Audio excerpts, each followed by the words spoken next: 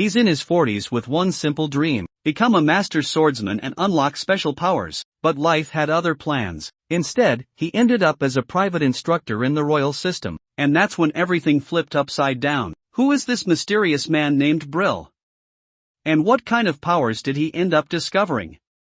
Stick around till the end because this story, it's not what you think. The anime starts with a man named Beryl training under the watchful eye of an old man, his mentor, who praises him, saying his swordsmanship skills are excellent. Beryl, it turns out, runs the training hall himself, and students come from all over to learn from him. One day, his father approaches him and tells him that he wants grandchildren. He wants Beryl to get married and start a family. Beryl replies, "Father, I haven't found the perfect girl yet," but his father insists, telling him to look among his students for a sweet girl. Beryl laughs it off and says, "Dad, the training hall isn't exactly the place for romance." Then Beryl turns to us, the viewers, and says, "I was born here. I've been playing with wooden swords since I was a little kid, and nothing's really changed since then. I gave it my all. As a kid, I dreamed of becoming a great swordsman. In the end, I gained skills that are a bit above average, and I'm decently fast for my age. I'm grateful for that. Maybe I'm not an amazing fighter, but I do have a talent for teaching. Quite a few of my students have become very successful,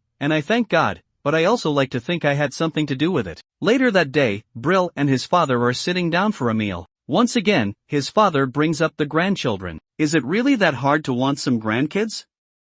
He turns to his wife, Fr, and says, "You want to hold your grandchildren, too, don't you? Come on, tell Beryl to get married already. Time's ticking. We're not getting any younger." Just then, one of Beryl's former students knocks on the door. A girl enters and says, "It's been a long time since I last saw you." Beryl squints at her. "Wait, are you Lucia?"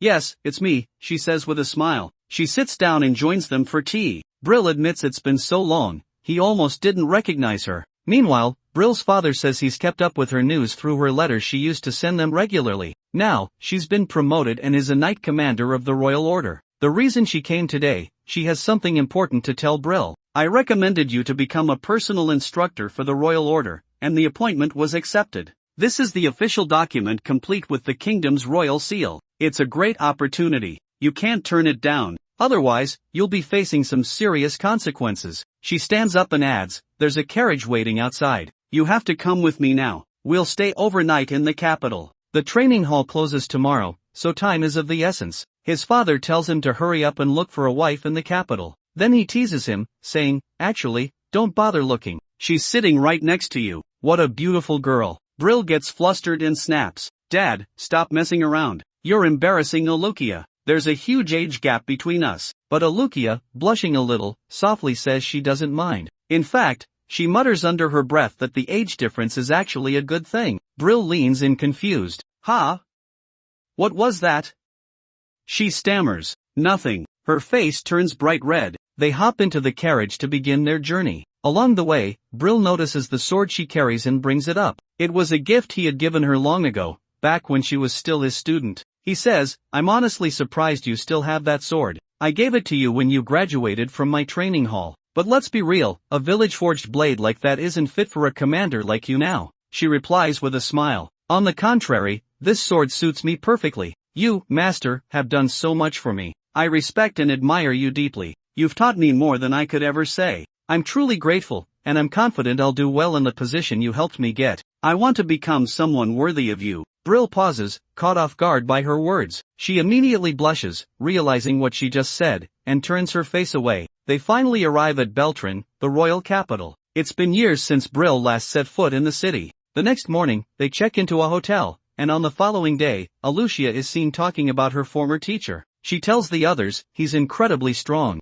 Honestly, I could never defeat him." Beryl overhears and looks a little embarrassed, but clearly pleased. He speaks to the group, "I don't know how useful my skills will be to you all, but I'll give it everything I've got. I'm looking forward to working with you." Later, we see Beryl with Alukia. She tells him with a smile, "Your speech was amazing, just like I expected." Then she hands him some documents. As stated here, please attend night training sessions 3 or 4 times a month. That shouldn't interfere with your duties at the training hall. At that moment, a girl suddenly comes running toward them at full speed. It's Koron. She hasn't seen her teacher in a long time. Master Alia quickly scolds her. "Koron, don't run like that. A proper knight wouldn't behave so carelessly." Beryl, however, warmly welcomes her. "Look at you. You've become a fine knight, he adds with a proud smile. You still have a long journey ahead, but you've come a long way. 2 years training in my hall. You've worked so hard to get here. The next morning, we see Beryl walking around the city with Alukia. He's looking for a place to live. The hotel he was staying at is too expensive for a long-term stay, so finding something more affordable would be ideal. Since Beryl doesn't know the capital very well, he asks Alukia for help. She casually offers, "You could just stay at my place," but he politely declines. "How about we get some lunch first?" she suggests. Just then, a voice calls out behind them. "Hey, isn't that the Order's commander walking around with some strange guy?"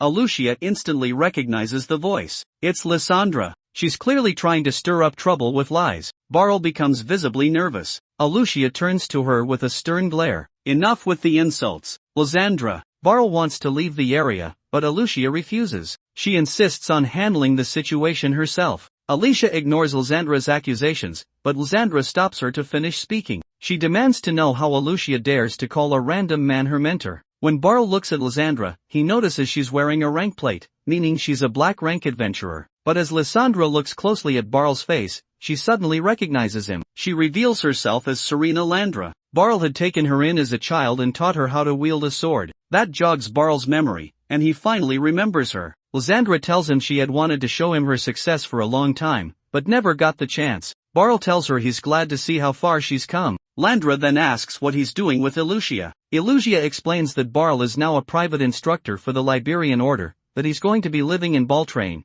and that she's helping him find a place to stay. But Landra butts in, saying she knows more about housing than Alukia does. She claims she's worked as a fixer for adventurers coming from faraway places and that Alukia has never even stayed in an inn in this city. Alukia gets really mad at her. Despite the tension, the three of them head to a place Landra suggests. She says, "This place should suit your needs," and Beryl thanks them for their help. He then asks them to please be nice to each other. After that, they leave him alone. Beryl watches them from the balcony and talks to himself, saying, "I may not be young enough to enjoy a sudden shift to city life, but it's comforting to have my old students looking out for me." We then transition to the Liberian Order Academy where many students are training. Alukia walks in and announces, "Starting today, we've updated the schedule. You'll all be training under Instructor Beryl. Get ready for the real deal." Beryl steps forward to greet them, but a young man interrupts him. "You've got to have a certain level of skill to be a trainer in the Liberian Order." He says, "I'd like to see how good you really are." Beryl asks Alukia who this guy is, and she replies, "That's Han Blitz, the vice captain of the order."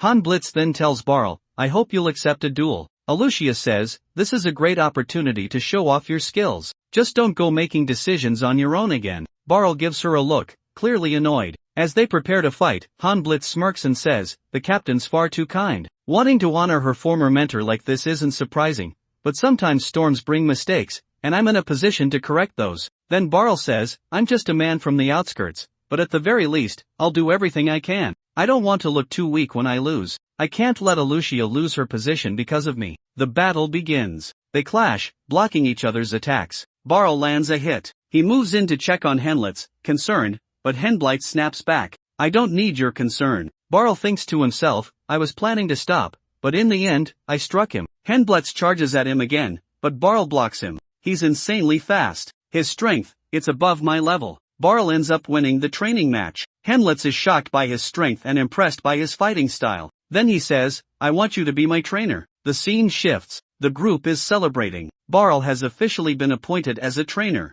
Henblitz apologizes for being rude earlier. Beryl responds kindly. It's only natural to be suspicious of someone who just shows up out of nowhere. But Alukia gets annoyed. "I told you Beryl was a powerful teacher." Henblitz, still curious, says, "Your sword skills really impressed me, especially how you turned my last spin to your advantage. How did you do that?" Beryl answers, "I made my spin match yours. If your style wasn't so rigid, it wouldn't have worked." The scene then cuts to the old man speaking with Randrella. "Nothing makes me happier than helping the teacher spread his name." The old man adds, "Tell them, his skills go far beyond this village. I've traveled to many places as an adventurer, but I've never met a swordsman better than Master Beryl." And that's how today's episode of the anime ends.